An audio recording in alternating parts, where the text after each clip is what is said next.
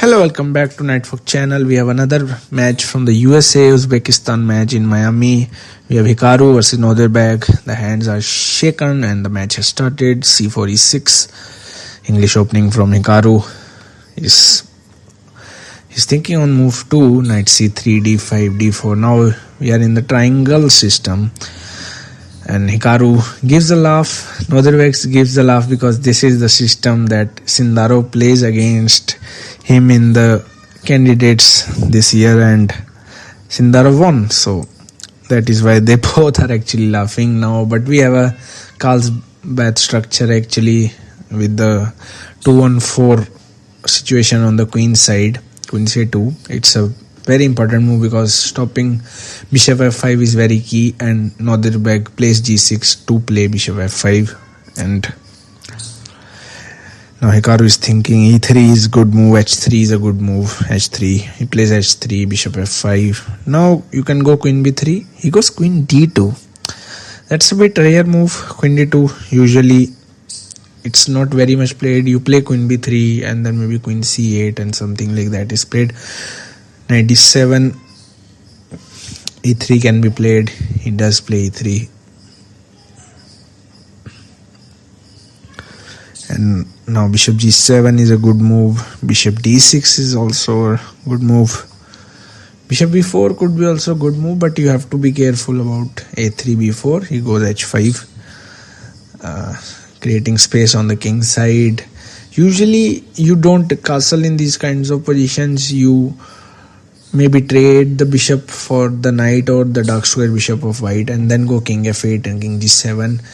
Hikaru trades the light square bishop. It's generally good in these kinds of situations where you get like a dark square that bishop that is good, but now the black will exchange the dark square bishops in a moment, I guess.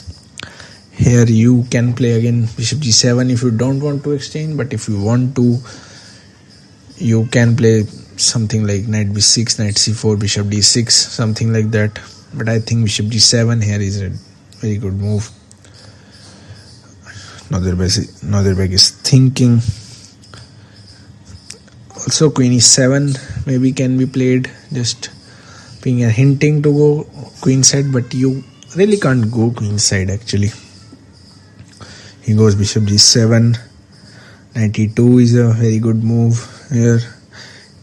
Generally in these Carlsbad structures, the f knight, the king side knight does belong to the e2 square rather than on g3, because you want to get f3 and e4 square. Those who play d4, who likes these structures, should know these thematic piece movements. Yeah, he plays knight e2 and Nordirbek castles very quickly. I think Hikaru can now castle as well.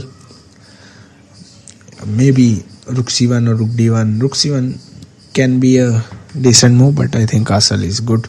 He does castle. Rook e8, and now after the he brings the rook on d1, and now it's generally the moment where you show your understanding, who has the better understanding about these Carlsbad structures, when usually gets the upper hand or maybe wins the game. a5 from Nordirbek and rook e1 now, because it was the last piece.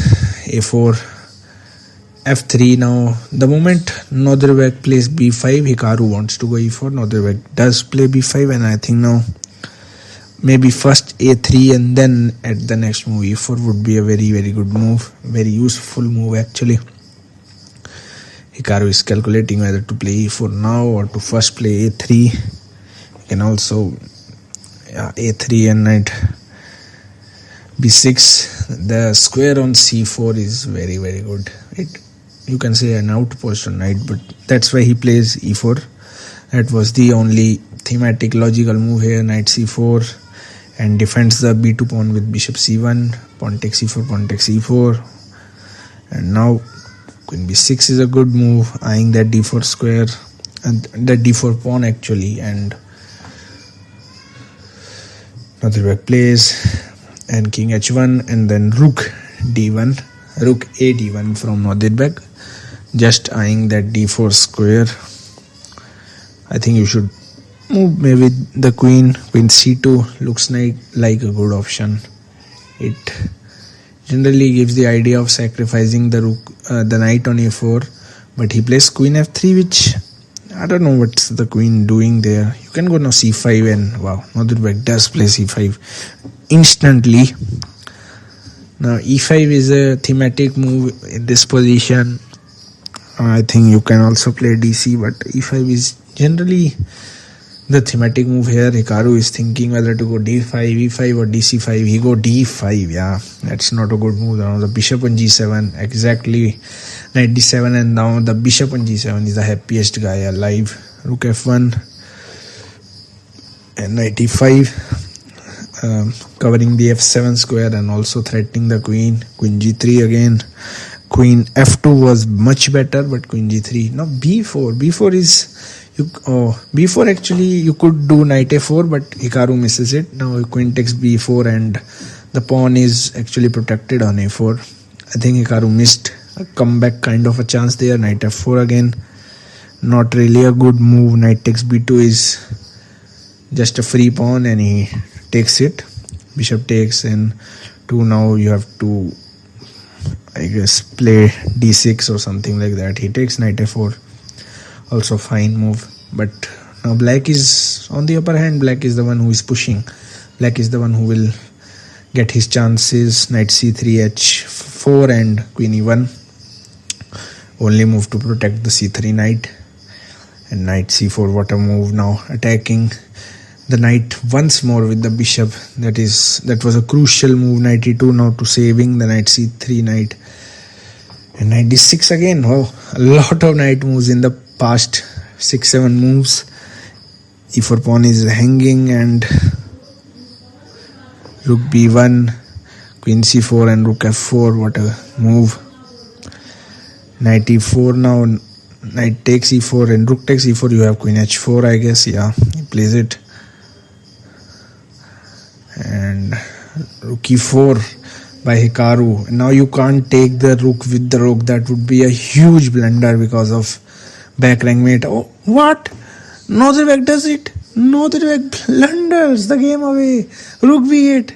Rook b8 is just game over, and he realizes now that what a big blunder he has made. If you go bishop f8, you are just queen s6 and no saving whatsoever now from here. Hikaru is happy, and that is it. Thank you for watching.